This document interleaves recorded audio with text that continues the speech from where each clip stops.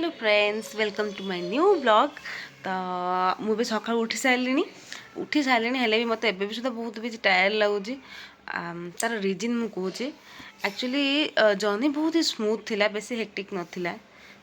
Main problem हूँ माने आपण छोट पिला क्यारी कर आराम से जर्नी करेंगे कि टे बड़ हो गला भी आप जर्नी करेंगे, कि मो झी बर्तमान जो एज्रे अच्छी से एज्रे ना पिला नहीं जर्नी करने बहुत ही कष्ट। कारण सी खाली आपण को नुह आप चारिपाखे समस्त को टेंशन देवे। तेमती मो केस कहूँ मु आसला बेले मो झी ओबियसली आम तो फास्ट बुकिंग आसलु कहीं नथिले। एयरपोर्ट ओह्लैला आम बसी पार्लुनि कारण आम पाखे जिते जन भी थे समस्त को डाकुला, समस्त चुटी फुटी टाणुला, समस्त को क्या क्या मैंने चिल्लाऊला ये करूला। तो समस्त को देखुले स्माइल करते कहते बाकी आज ए पेरेन्ट आमको से भल लगुन कारण मैं समस्ते आम परेशान हे ओबियसली से आसेप्टेबल नुह आम। तो बहुत ही माने टेंशन लगुला से समय एयरपोर्ट तो बहुत ही बेसी आम टेंशन खोईदेलु। तापर से माने पूरा एक्चुअली घरे जाएंगे खेली खेलिकिना सी माने क्यारी हाँपाई चाहूनी, सी खाली तले छाड़ी दिए मत खेली ये करी समस्त तो मिसिलानी ना। तो से जिन को जापारुनि कि मैंने स्ट्रेंजर कि मुझे करवा कथा सब कुछ जापारुनि से। तो यही एज्रे पिला क्यार मैंने नहीं कि जर्नी करवा बहुत ही बेसी मुस्किल। तो सी गोटे रिजन थिला। तापरे आम फ्लाइट पिक कला परे ना सी जो फास्ट हाफ एन आवर ना सी पूरा एत टेंशन आमको दे देला।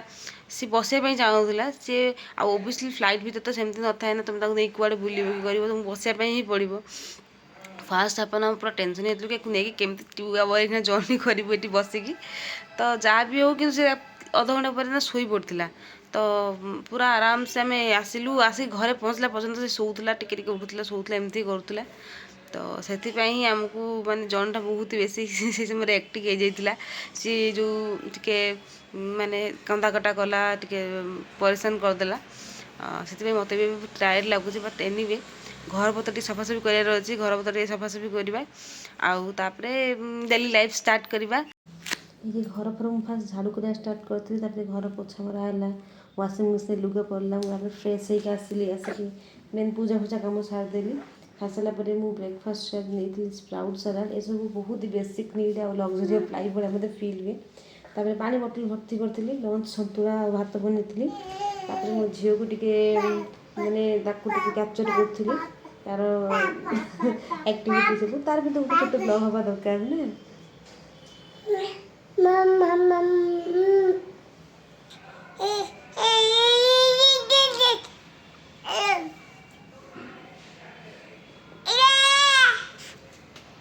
लंच पूर्व मुझे जामुन ताकू खाई। तापर लंच पर एक्चुअली मुझे ब्राउन राइस केक विषय बहुत शुणी तो ट्राए करी आनी। यहाँ बिल्कुल भी मुढ़ी भाया लगुला।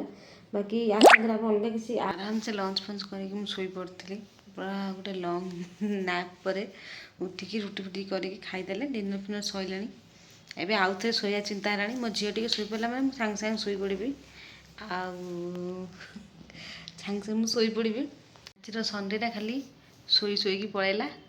एनी भी मत टायर्ड लगुला, रेस्ट बहुत बेसी दरकार थिला। हम जब मुझे रात गोटे मसाज नेबी नहीं कि आराम से शोबी। पुणी देखा काली नेक्स्ट नुआ ब्लॉग रे फ्रेश ब्लॉग रे। Till then bye bye.